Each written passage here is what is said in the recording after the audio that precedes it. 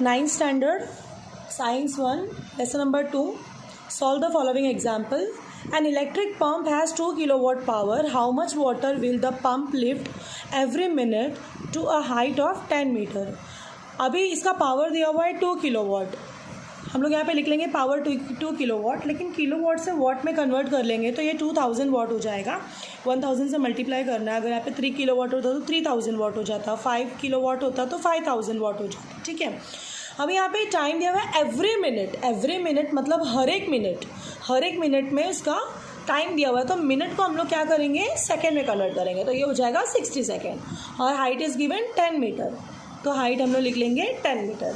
अभी फॉर्मूला है, पावर का फॉर्मूला है P = W/T.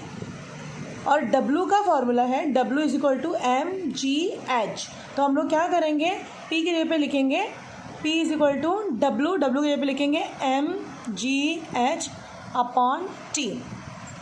P कितना है हमारे पास 2000. M कितना है हमारे पास, M नहीं है, हमें फाइंड आउट करना है. G ग्रेविटी दी हुई है 9.8 हम लोग हमेशा लेते हैं. हाइट 10 मीटर दिया हुआ है and time is given 60 second. Okay. अभी क्या करेंगे, 2000 0 से 0 काट देना. 2000 ये डिवाइड में जो 6 है ये साइड जाएगा तो मल्टीप्लाई में हो जाएगा. और जो ऊपर मल्टीप्लिकेशन फॉर्म में है, एक तो 1 बच गया तो उसको नहीं लिया तो भी चलेगा. तो हम लोग क्या करेंगे, 98 डिवाइड में चला जाएगा 9.8 और यहाँ पे m ऐसे ही रह जाएगा. अब यहाँ पे 2000/6/9.8. यहाँ से पॉइंट हटाने के लिए 10 से मल्टीप्लाई नीचे करेंगे तो 10 से मल्टीप्लाई ऊपर भी करना पड़ेगा. तो 2000 × 6/10/98 हो जाएगा. 6 2 = 12. 1 2 3 4 अपॉन में बचा 98. अगर आप इसको डिवाइड देंगे तो आपका आंसर कुछ आएगा. आपको डिवाइड आता होगा, आप साइड में कहीं पे भी एक रफ डिवाइड कर लेना. आपका आंसर आएगा, ट्राई करना, 1224 पॉइंट समथिंग 49 और 50 समथिंग आएगा. तो आपको आगे का लिखने की ज़रूरत नहीं है, अप्रॉक्स हम इतना लिख सकते हैं. तो डायरेक्टली अगर आपने ऐसे भी लिखा तो आपका आंसर रॉन्ग नहीं होगा, आप अप्रॉक्स लिख सकते हैं, ये आपका करेक्ट आंसर होगा. Question number 2.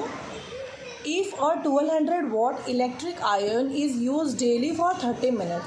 इसका मतलब एक आयरन है, एक इस्त्री है. इस्त्री जो हम लोग आयरन प्रेस करते हैं वो प्रेस है, उसको रोज़ आधे घंटे के लिए यूज़ किया जा रहा है. 30 मिनट्स मतलब 1 घंटे का आधा मिनट. ओके, सॉरी आधा घंटा हम लोग उसको रोज़ यूज़ कर रहे हैं. कितने दिन तक, फॉर अ मंथ. अप्रैल का मंथ है, अप्रैल का मंथ 30 दिन का ही होता है.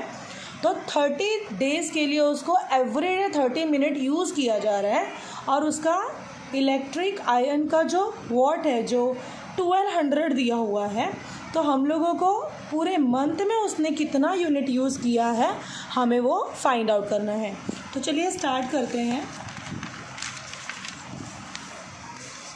इसका दिया हुआ है पावर 1200 वॉट. वॉट को हम लोगों को किलो वॉट में कन्वर्ट करना पड़ेगा.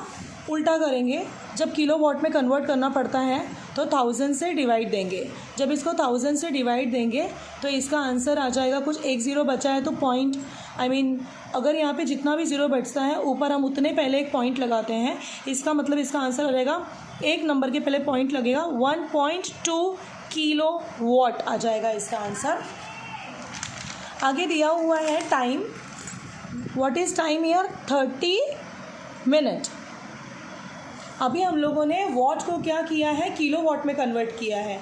इसके पहले वाले सम में हम लोगों ने किलो वॉट को वॉट में कन्वर्ट किया था. इसके लिए टाइम को मिनट से सेकंड में कन्वर्ट कर दिया था. अभी यहाँ पे मिनट ऑलरेडी दिया हुआ है तो हमको इसको आवर्स में कन्वर्ट करना पड़ेगा. तो 30 मिनट मतलब आधा घंटा होता है, राइट. अभी हम लोगों ने एक दिन का 30 मिनट है तो 30 डेज़, टोटल 30 डेज़ हम लोग यूज़ कर रहे हैं. तो 30 मिनट इंटू 30 डेज़, टोटल हम लोगों ने 900 मिनट इसको यूज़ किया हुआ है. 900 मिनट इसकी यूज़ किया है. 900 मिनट को आवर्स में जब कन्वर्ट करना हो तो इसमें कैसे हमने 1000 से डिवाइड किया, क्योंकि किलो मतलब हम लोग 1000 से डिवाइड करते हैं, वैसे ही आवर्स मतलब हम लोग 60 से डिवाइड करेंगे तो वो हमारा आवर हो जाएगा। तो हम लोग क्या करेंगे, 60 से जब डिवाइड करेंगे इसको, आप लोग डिवाइड करके देखना, 2 3 6, 3 2 6, 3 3 9 0, 2 1 2, 15 आ जाएगा 15 आवर्स। मतलब हम लोगों ने पूरे महीने में वो जो प्रेस है, वो जो आयन है, इस्त्री है, वो हम लोगों ने वो इस्त्री कितना घंटा यूज़ किया, 15 आवर्स यूज़ किया। टोटल 15 घंटे यूज़ किए हैं पूरे महीने में। अभी हमें करना क्या है, उसका यूनिट निकालना है। फॉर्मूला है हमारा W इज इक्वल टू, कितना वॉट यूज़ किया है, P into T. What is P, 1.2 kilowatt, and what is T, 15 hours. जब हम इनका मल्टीप्लाई करेंगे तो आंसर आएगा 18.0 यूनिट। पॉइंट का 0 नहीं लिखते हैं हम, इसके लिए इसका आ गया 18 यूनिट। यानी कि हमने पूरे मंथ में वो जो इस्त्री है उसका हम लोगों ने 18 यूनिट यूज़ किया है। सी, if the energy of ball falling from a height of 10 meter is reduced by 40%, how high will it rebound? अभी एक बॉल जो है वो कुछ हाइट से नीचे आ रहा है, तो अभी उसका जो एनर्जी है वो 40% कम हो गया। अभी स्टार्टिंग में एनर्जी कितना होगा, अभी परसेंटेज तो हमेशा 100 ही होता है। ओके, तो हमें ऐसा मानना पड़ेगा, हम ऐसा लिखेंगे कि let the initial energy is 100%। और हाइट तो गिवन है, हाइट 1 क्यों लिया है हमने, क्योंकि यहाँ पे हमें एक और हाइट फाइंड आउट करना है और एक हाइट पहले से क्वेश्चन में दिया हुआ है। तो कभी भी ऐसा दिया रहता है तो हाइट 1, हाइट 2 ऐसे लिखेंगे ताकि हमें पता चले, हम अपने ही क्वेश्चन में कंफ्यूज नहीं हो जाए। तो हाइट 1 हम लोग ले लेंगे 10 मीटर। और स्टार्टिंग का जो हमारा इनिशियल पोटेंशियल एनर्जी है, this is PE, potential energy. ये जो स्टार्टिंग का हमारा पोटेंशियल एनर्जी है वो है 100%। अब ये कितना रिड्यूस हुआ है, potential energy is reduced by 40%। इसका मतलब 100 में से हम 40 माइनस करेंगे तो हमारा कितना परसेंट आ जाएगा, 60%। मतलब बाद में जो पोटेंशियल एनर्जी बॉल पर आई है वो कितना आया है, 60% का आया है। तो इसका मतलब हमारा जो पोटेंशियल एनर्जी 2 है, जो हमारा पोटेंशियल एनर्जी 2 है वो 60% हो जाएगा। जो हमारा पोटेंशियल एनर्जी 1 था वो हमारा 100% था। और H1 इज गिवन 10 मीटर, और हमें फाइंड आउट क्या करना है, H2 फाइंड आउट करना है। फिर से एक्सप्लेन कर रही हूँ, हमें क्वेश्चन में एक बॉल है जो 10 मीटर के हाइट से नीचे की तरफ गिर रहा है, उसका जो पोटेंशियल एनर्जी है वो क्वेश्चन में बोला है कि रिड्यूस का मतलब होता है कम होना, बाय 40% से कम हो गया। तो पहले अगर परसेंटेज तो हमेशा 100 में ही होता है, हम लोग मान लेंगे कि स्टार्टिंग में जो उसका पोटेंशियल एनर्जी है वो 100 है। तो 100 से जब वो कम हो गया, कितना कम हो गया, 40%, तो वो कितना हो गया, 60% हो गया। तो हमारा जो पोटेंशियल एनर्जी स्टार्टिंग में था वो 100 था, और जो बाद में पोटेंशियल एनर्जी हो गया है वो 60 हो गया है। क्वेश्चन में हमारा हाइट दिया हुआ है जिसको हमने H1 लिया है वो 10 मीटर है। अभी H2 हमें फाइंड आउट करना है। Okay, so let's start with this. Potential energy का फॉर्मूला है mgh। अगर हम पोटेंशियल एनर्जी 1 लेते हैं तो हमें mgh लेना पड़ेगा। पोटेंशियल एनर्जी अगर हम लोग 2 लेते हैं तो हमें mgh2 लेना पड़ेगा। अगर हम इक्वेशन नंबर 1 इसको इक्वेशन नंबर 2 मान लें तो हम डिवाइड करेंगे, डिवाइड बाय 2/1। 2 से अगर हम इसे डिवाइड करते हैं, जैसे potential energy 2 upon potential energy 1 is equal to mgh2 upon mgh1। ये mg ऊपर नीचे है वो कट जाएगा, तो हमारे पास बचेगा पोटेंशियल एनर्जी 2 जिसका वैल्यू है क्वेश्चन में 60 अपॉन पोटेंशियल एनर्जी 1 जिसका वैल्यू है 100। H2 हमें फाइंड आउट करना है। H1 is given in question that is 10 metre. Cross multiplication करेंगे 60 इंटू 10 और H2 इंटू 100। तो 60 इंटू 10 ये जो H2 मल्टीप्लिकेशन में यहाँ पे आके डिवाइड हो जाएगा। तो H2 ये ज़ीरो से both the zero will cancel. 6 into 1 बचा, 6 1 ज़ा 6। तो हमारा हाइट कितना आया? 6 आया। हमें पोटेंशियल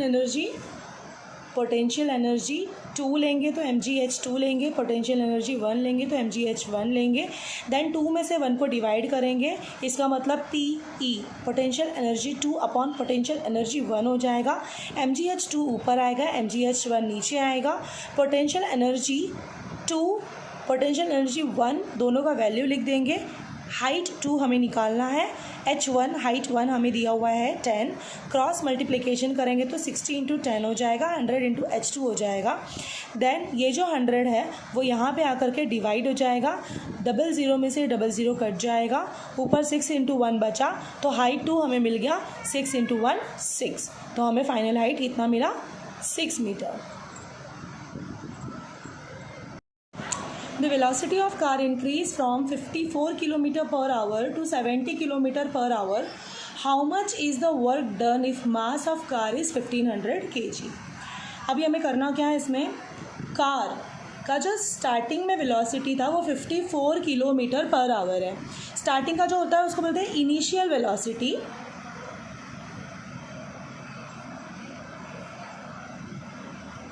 इनिशियल वेलोसिटी यानी कि u होता है, जो कि कितना दिया हुआ है? 54 kilometre per hour. 54 kilometre per hour का मतलब क्या हुआ? 54 किलोमीटर 1000 आवर को जब मिनट में कन्वर्ट करेंगे तो 60 मिनट होता है, फिर मिनट को सेकंड में कन्वर्ट करेंगे तो 60 सेकंड होता है, यानी कि 60 मिनट और फिर 60 सेकंड, मतलब total hour is equal to 3600 second होता है। 1 आवर में 3600 सेकंड होता है। मैंने सेपरेटली लिखा है ताकि कट करने में आसानी हो। अब ये ज़ीरो से ये ज़ीरो, ये ज़ीरो से ये ज़ीरो कट हो जाएगा। आपको जो जो कट हो रहा है आप जैसे काट सकते हो वैसे काटो। 2 5 10, 2 3 16। तो हमारा आया क्या? 54 इंटू 5 अपॉन 6 3 18। अभी आपको ध्यान देना है कि ये किलोमीटर पर आवर के जगह पे हमारा इतना जो हमने लंबा चौड़ा कैंसलेशन किया है, मल्टीप्लाई किया है, डिवाइड किया है, उसका फाइनल आंसर क्या आया? 5/18। तो अब जब भी हमारा किलोमीटर पर आवर आया तो हमें इतना सब कुछ करने की ज़रूरत नहीं है, हम डायरेक्टली 5/18 लेंगे। तो नेक्स्ट टाइम से हम जब भी लेंगे हम किलोमीटर पर आवर लिखने के बाद इतना सब कुछ नहीं करके डायरेक्टली 5/18 लेंगे। अभी इसके आगे इसे हम और कट कर सकते हैं, तो आप काट सकते हो। 2 3 2 2 4, 2 7 14, 9 1 9, 9 3 27 और 3 इंटू 5 बचा लास्ट में। तो हमारा कितना आया? 15 इनिशियल वेलोसिटी यानी कि u आ गया है हमारा 15। अभी हमारा फाइनल वेलोसिटी को बोलते हैं v। अभी हमारा है 72 किलोमीटर पर आवर। 72 इंटू मैंने कहा था अभी 1000 अपॉन 3600, इतना सब कुछ करने की ज़रूरत नहीं है। डायरेक्टली आप 5/18 ले सकते हैं, डायरेक्टली काट भी सकते हो। 18 1 18, 18 4 72, 4 इंटू 5 कितना आया? 20 आ गया हमारा। ये सब हमारा मीटर पर सेकेंड में आ रहा है आंसर। जो किलोमीटर था उसको हमने मीटर में कन्वर्ट किया है, जो आवर था उसको सेकंड में कन्वर्ट किया है। तो जो किलोमीटर पर आवर है वो मीटर पर सेकंड हो गया है, यहाँ पे भी मीटर पर सेकंड हो गया है। अभी हमारा v मिल गया हमें 20 मीटर पर सेकेंड एंड u मिल गया 15 मीटर पर सेकेंड। अब आगे जो भी हम फॉर्मूला लगाएंगे उसमें u के जगह पर 15 लिखेंगे एंड v के जगह पर 20 लिखेंगे। हमें फाइंड आउट क्या करना है? हमें फाइंड आउट करना है वर्क डन कितना हुआ है। Work done if the mass of car is 1500। Mass दिया हुआ है हमें, तो हम लिख देंगे mass is given what? m is equal to 1500। हमें निकालना है work done to increase velocity. इसका फॉर्मूला है 1/2 mv² माइनस 1/2 mu²। दोनों में कॉमन है हाफ एंड m, उसको आप बाहर ले लेना, v² माइनस u²। हाफ तो ऐसे ही रहेगा। m का वैल्यू देखिए यहाँ पे 1500 क्वेश्चन में दिया हुआ है। v² का मतलब हुआ ये 20 का स्क्वायर, u² का मतलब हुआ ये 15 का स्क्वायर। ये हम यहाँ पे कट कर सकते हैं 750 माइनस 20 का स्क्वायर इज़ 400 माइनस 15 का 225 आएगा। आप लोग ट्राई करना, 750 20 को 20 से मल्टीप्लाई करना 400 आएगा, 15 को 15 से मल्टीप्लाई करना 225 आएगा। जब 400 को 225 से हम माइनस करेंगे तो 175 आएगा। This is multiply. इन दिनों के बीच में कोई साइन नहीं है, इसका मतलब मल्टीप्लिकेशन होता है, ये मल्टीप्लाई होगा। 750 इंटू 175 आप लोग मल्टीप्लाई करके देखना, आंसर आएगा 13125 joule. Last question E, Ravi applied a force of 10 newton and moved a book 30 centimetre in the direction of force. How much was work done by Ravi. यहाँ पे भी वर्क डन बाय रवि ही निकालना है हमें। अभी हमें यहाँ पे फोर्स दिया हुआ है क्वेश्चन में, फोर्स कितना दिया हुआ है 10 न्यूटन, और डिस्प्लेसमेंट को हम डिनोट करते हैं एस से। डिस्प्लेसमेंट के लिए एस डिनोट करते हैं। तो कितना दिया हुआ है डिस्प्लेसमेंट 30 सेंटीमीटर। सेंटीमीटर को हमें पहले मीटर में कन्वर्ट करना पड़ेगा। सेंटीमीटर को मीटर में कन्वर्ट करने के लिए हम क्या करेंगे, 100 से डिवाइड करेंगे। 1 metre is equal to 100 centimetre होता है। हमें सेंटीमीटर से उल्टा यानी कि मीटर में कन्वर्ट करना है, तो हम डिवाइड करेंगे तो हमारा m आ जाएगा 0.3 मीटर। ओके, तो हमारा s क्या मिला हमें, डिस्प्लेसमेंट क्या मिला हमें 0.3 मीटर। हमें डिस्प्लेसमेंट भी मिल गया है और f भी मिल गया है।